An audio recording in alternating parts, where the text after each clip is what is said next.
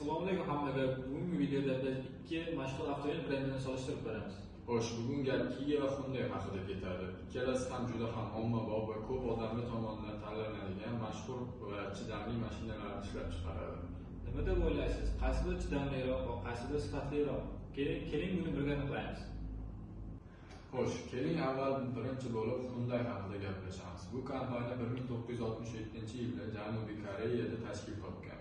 Hyundai hozirda dunyodagi eng katta avtomobil ishlab chiqaruvchilardan biri hisoblanadi. Ularning mashinalari juda ham ishonchli va qulaydir.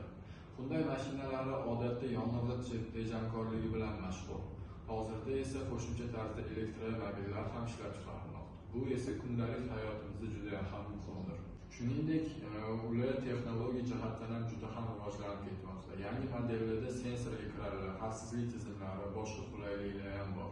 Ko'pchilik Hyundai Family Car, ya'ni oilaviy mashina sifatida tanlaydi, chunki u juda ham qulay va ishonchlidir.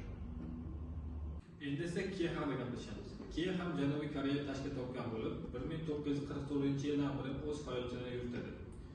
Qiziq tomoni, Kia va Hyundai aslida bir guruhga tegishli. Ya'ni ular bir-biriga yaqin kompaniyalar. Lekin shunga qaramay, Kia dizayn jihatdan ko'proq yoshlar uchun mo'ljallangandek ko'rinadi. Kia mashinalar ko'proq zamonaviy va chiroyli dizayn bilan ajralib turadi. Masalan, yangi Kia modellari juda agressiv va jozibali bo'lishga ega.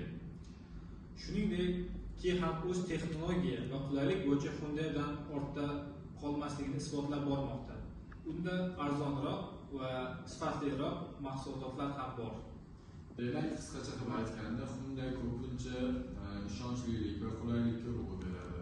Kia esa dizayn va zamonaviy ko'rinishga ham e'tibor beradi. Hyundai oilaviy va klassik variant. Kia yoshlar va stilni xohlaydiganlar uchun yaxshi tanlov. Xo'sh, siz qaysi birini tanlaysiz? Hyundai'mi yoki Kia'mi? Kommentariyada o'z fikringizni yozib qoldiring. Bu biz uchun juda muhim. Videoga like bosishni va kanalga obuna bo'lishni unutmang. Ko'rishguncha!